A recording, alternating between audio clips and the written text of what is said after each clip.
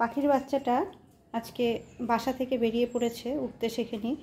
আমি আবার ধরে নিয়ে এলাম বাসার কাছে, যেহেতু বিড়াল সামনে অনেক রকম পাখি টাখি আছে যারা পাখির বাচ্চাকে খায়, ডিমকে খায়।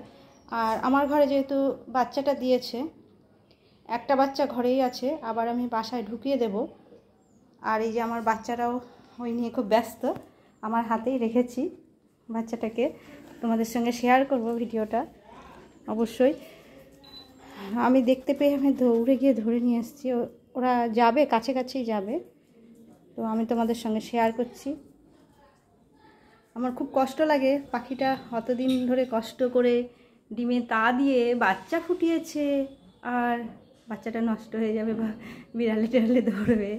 প্রকৃতির নিয়মে সবাই সবাইকে খায়, ঠিক আছে, কিন্তু চোখের সামনে তো দেখা যায় না। এই যে আমার কাজু খুব ব্যস্ত, আর এই যে আমার ছোটুও খুব ব্যস্ত যে দেখবো বাচ্চাটাকে। আমার হাতেই আছে, খুব তাড়াতাড়ি দেখাচ্ছি। ডানা হয়েছে, উড়ছে, চিচি করছে, দেখো কত সুন্দর পাখিটা, কত ছোট। এটা কিন্তু টুনটুনি না, এটা মেয়ে পাখি, অবশ্যই মেয়ে পাখি। একটু মা ডাকছে, ও যাবে। দেখো দেখো কত সুন্দর,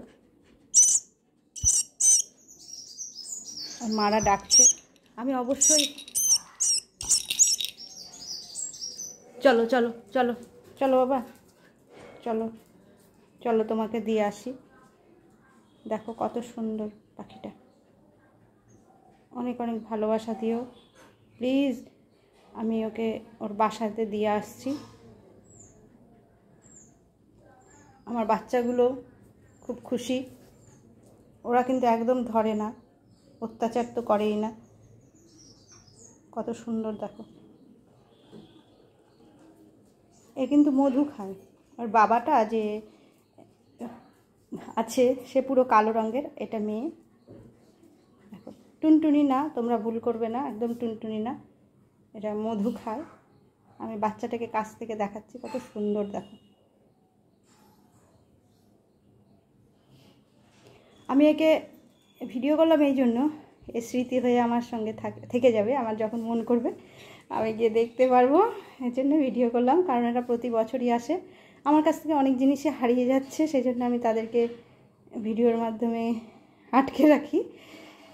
দেখব যখন সুস্থ হব, মানে এদেরকে দেখতে পাবো আর কি। আমার খুব খারাপ লাগে, এদেরকে এই জন্য রেখে দিচ্ছি। অনেককে হারিয়ে ফেলেছি, আমি আর হারাতে চাই না। এটা স্মৃতি হয়ে থাকুক, বেঁচে থাকুক। থ্যাংক ইউ সবাইকে, একটু শেয়ার করো।